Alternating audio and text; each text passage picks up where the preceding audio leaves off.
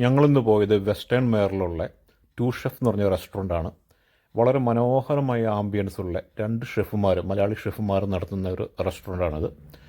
ഞങ്ങളവിടെ ചെന്നപ്പോൾ തന്നെ ഞങ്ങൾക്ക് മസാല ചായ രണ്ടെണ്ണവും പിന്നെ ഒരു ജ്യൂസും, മാംഗോ ജ്യൂസും പറഞ്ഞു.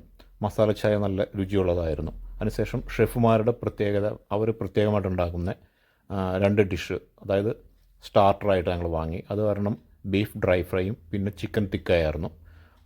ബീഫ് ഡ്രൈ ഫ്രൈ അത് നല്ല അസാധ്യമായ രുചി തന്നെയായിരുന്നു. അതിനുശേഷം ഞങ്ങൾ പാൽക്കപ്പയും ബീഫും പറഞ്ഞു.